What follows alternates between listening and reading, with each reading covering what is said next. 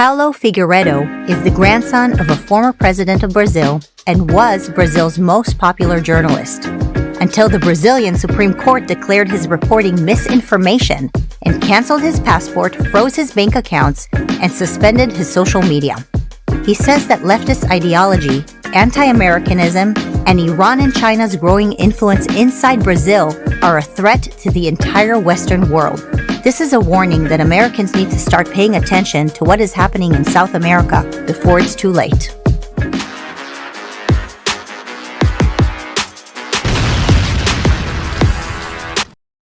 Say it because it was going to mislead the public. You had a massive media presence in Brazil, which they took away from you. Was that basically the consequence of you speaking out against the regime? I mean, what was the consequence for saying the things that you were not allowed to say? Well, I was doing the number one political show in the country on prime time. And we had more viewers than CNN and Global and all other stations combined times 2. Like, what are those numbers? 2 million people watching my show every day. So it's similar to like Tucker Carlson used to have here in the United States. So this was the show. And during the elections, I started dealing with a lot of censorship coming from decisions in the court. And they said that was temporary, that was just to guarantee the election integrity. Sounds familiar? So it was just temporary, but they would reestablish after elections all the freedoms. So after elections, it didn't happen at all because we started questioning the process of election and the transparency of the process. In Brazil, the courts decided we couldn't talk about it. In the US, the media said, well, it's the big lie. We shouldn't talk about it. It's bad and all that. But in Brazil, it was not like that at all. You couldn't. So for example, on December 30th, of 2022, actually, the court decided that they canceled my Brazilian passport. They froze all my bank accounts and assets in Brazil. They blocked my social media, which only my Twitter had 1.4 million followers. My YouTube channel has 1.1 million followers. And they also issued a fine for every time I said any fake news, although there's no legal definition of what is a fake news. And I believe, to the best of my knowledge, that I've never said anything fake in my life on air. In the next following 2 weeks, the Department of Justice opened an investigation against the TV station that I worked for and threatened them to cancel their concession. In Brazil, TVs are public concessions. So they had to fire all the conservative commentators, all of them. And it was not only me. And this is all on the grounds of fake news. They claim that you provide misinformation. And then who is the they? This is the Supreme Court. The Supreme Court. Well, Alexandre de Moraes is right now the de facto dictator of Brazil. It's the Supreme Court justice. The justice. So the Supreme Court in Brazil has more power than the president.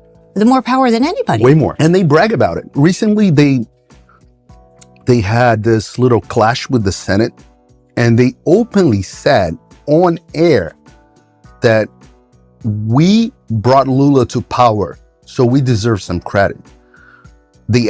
One of the Supreme Court justices, and I'm quoting him literally, he went to a student meeting dominated by the left, and he went on stage. I'm talking about Supreme Court justice, and he bragged about it. He said, we defeated Bolsonarism, which is like Trumpism, Bolsonarism.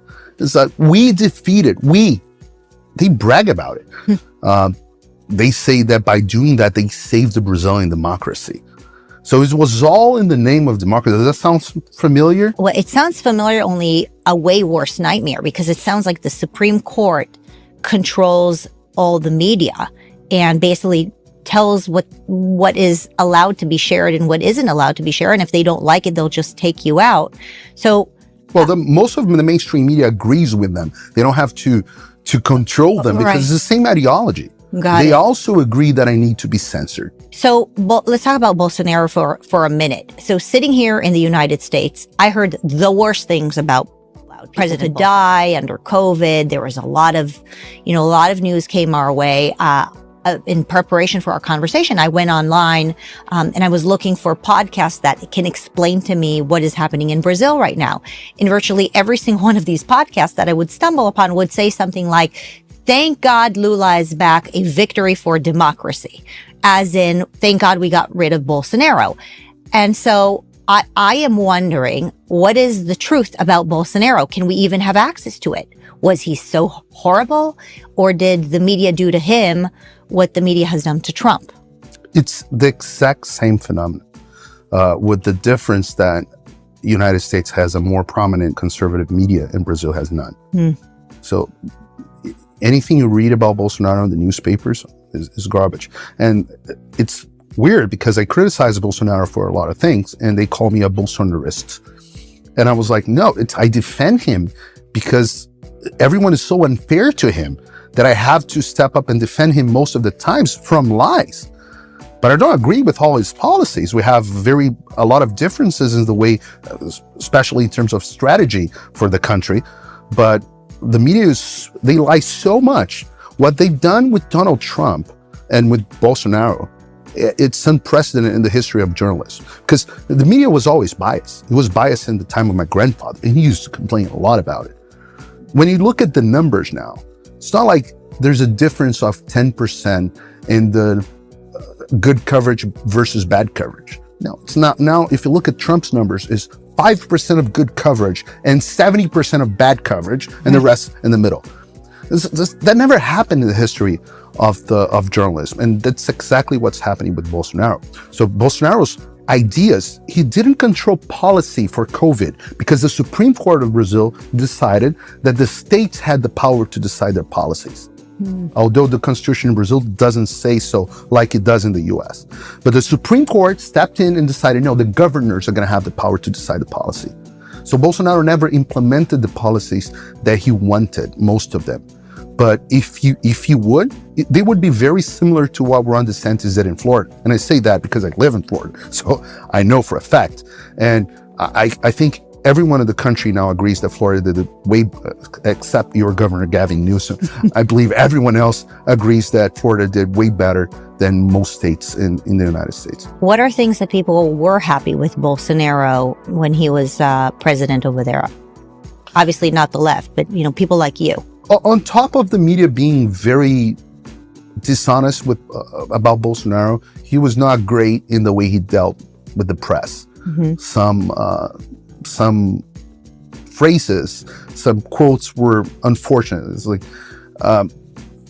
and people got tired of it. A lot of people got tired of it, as they did with Donald Trump. Here, people would complain about Donald Trump's tweets. In Brazil, was more Bolsonaro giving interviews. But what about his actions? I mean, here, I think people were very upset with the way Donald Trump tweeted or spoke, but they were pretty happy with, his policies. Well, it's the same with Brazil. Bolsonaro left the country with the country growing, with the public accounts at Treasury was doing fantastic, better than it did in many, many years. Unemployment was going down. Brazil had in the pandemics in 2020 and 2021 and 2022, Brazil did actually way better than most countries. Bolsonaro stepped in with a program to save companies and to create a basic income for people that were staying at home, and people liked that a lot. I think what people liked about Bolsonaro is that he's authentic. I met him like Donald Trump. I met him a lot in person. I know how he is on TV. He's the same person. Same thing with Bolsonaro. They're very different among themselves. But Bolsonaro, I know him personally fairly well. He's the same guy that you see on TV, and I think people sense that authenticity. Also, he shared the values of the majority of Brazilian population. The population in Brazil is conservative in values. We're a Christian country. We're more Christian than America. We're in percentage of population.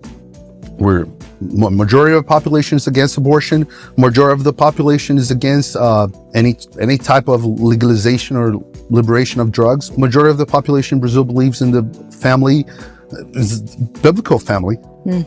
So and Bolsonaro followed all that, and I think a lot of people like that. Where is Bolsonaro living now? Has he been chased out of the country as well?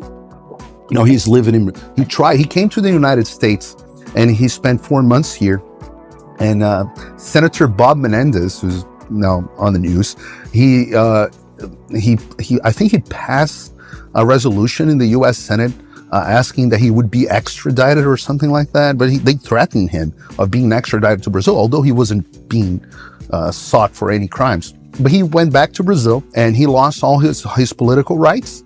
In 4 months, they decided that he could not run for office anymore. So they opened, he's like, I don't even know how many indictments against him he's facing. But this, again, the same thing as they did to Donald Trump, right? But a lot stronger because the immune system of Brazil is worse. So I believe if they could make Donald Trump lose his political rights and become unelectable, they would. And they did that with Jair Bolsonaro like that. And Alexandre Moraes was the lead guy behind that. It's amazing as you describe this power of the Supreme Court in Brazil, where you have a dictator who gets to control the institutions, gets to control the media, the news, gets to control who gets to even run for re-election. It really begs the question of, can Brazil, there's effectively no freedom. There's no political freedom. And that's what faces the country now the most. People are they lost their hopes. And what I think the Milei's election in Argentina, that shows hope. That shows we can defeat the establishment. They're not indestructible. Argentina did it, and the United States, I believe, will do it. And I think we can do that in Brazil as well. And a lot of that has been done by journalists like myself, who are in the United States, and we can still speak freely because of, thank God, First Amendment. Right. Well, you talk about the power that the courts have, and I want to focus on that for a minute, because I remember going to college here in the United States thinking, well, the courts will solve the issues, right? Like, we'll go to court, we'll get a fair trial. And now you're seeing the left trying to pack the courts in the United States. You're seeing places around the world, and you can bring up Israel. They almost went into a civil war over giving more power to the courts or taking away power from the courts. And so Brazil is this example where the courts have so much power. I don't know if there are term limits on the Brazilian Supreme Court, but you have somebody who is not an elected official who has this kind of power, plus you can't get rid of them. I think it's a stark warning to the rest of the world that you may think that you're living in a democracy where you can, vote for an elected official. But if the Supreme Court is in a place where they can control everything, you don't really quite have the right to vote for anybody in particular. Not only the Supreme Court, but all the courts. I think of the virus that I think American universities are exporting, the juristocracy virus is one of the worst. The transformation from the democracy, the government from the people, to the government from the juristocracy, from the non-elected bureaucrats. Yes. And that's what's been going on. It's the same virus. But in Brazil, we have the Supreme Court that is all powerful. In the U.S., the Supreme Court only looks at around 100 constitutional cases. In Brazil, the Supreme Court has a right to look at any case. There's they don't have to confer certs to any case. Any issue can be heard by the Supreme Court. So they step in on every subject. Wherever they want. And it's even worse because right now, most of the probes they're investigating the right in Brazil, which is supposedly the one that I'm being investigated under, they were created by the Supreme Court. There's no Department of Justice. The Supreme Court, they say they are the victims. They open that because they say, well, people were spreading fake news about the Supreme Court, so they're the victims. Okay. They're also the judges because they're overlooking all this and they're going to try all this. And also, they are the investigators and the accusators. So they're doing all the roles. So the accusatory system, which is a bedrock of the Western world legal system, it's gone in Brazil. They're doing all that themselves. And they decided that they could, the Constitution clearly says they can't do it, but they decided they can. And who are supposed to say what the Constitution determines? They get to interpret it too. Yes, they get to interpret. That's unbelievable. And I think that part of that's because we all imported the system, the great system that the American founding fathers imagined, but they never thought that this way of interpreting the laws, this living constitution, this social justice interpretation, they never imagined that this would exist. And that's why every country in the world is facing a problem with their judicial system. The establishment noticed that they can circumvent the democracy, the process, let's say you want abortion, okay?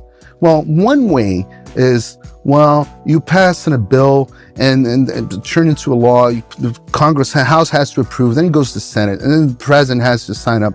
And then, you need all this discussion. If it's in a constitutional amendment, you have to be ratified by the states. This is a nightmare. It takes a lot of time. You need to have control of a lot of the moving parts. And that's exactly what the founding fathers of this country wanted. But the elites notice that they can circumvent all that, and with a bunch of judges, they can decide pro-abortion. And this is exactly what happened in the United States in Roe v. Wade. And this is a great way of avoiding going through the system. And that's the problem the whole world is facing right now.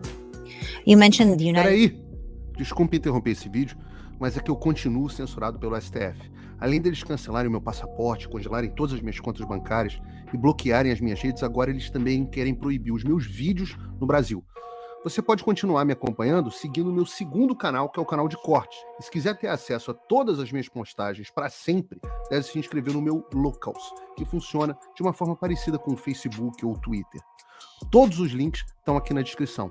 Entra lá, senão você vai ficar desinformado e aí eles vão vencer. Façam o tal do triplo C. Curta, comenta, porque a integração do chat ajuda muito, e compartilhe. Você pode fazer essas 3 coisas que ajudam o algoritmo a aparecer. Mas eu não tô brincando não, pessoal. Dá uma paradinha agora de 1 segundo e clica no joinha, que às vezes a pessoa já está acostumada a ouvir isso. Não, é importante que você faça isso, porque se você não fizer, inclusive atrapalha o vídeo. Parece que o vídeo é menos relevante. Então, também faço aqui o meu convite da minha parte para você assinar a plataforma do Fio Diário e começar a acompanhar uma plataforma realmente livre e que vai dar oportunidade das pessoas falarem o que pensam e dizerem a verdade. Se você não incentivar um veículo de mídia independente como esse, quem vai fazer por você?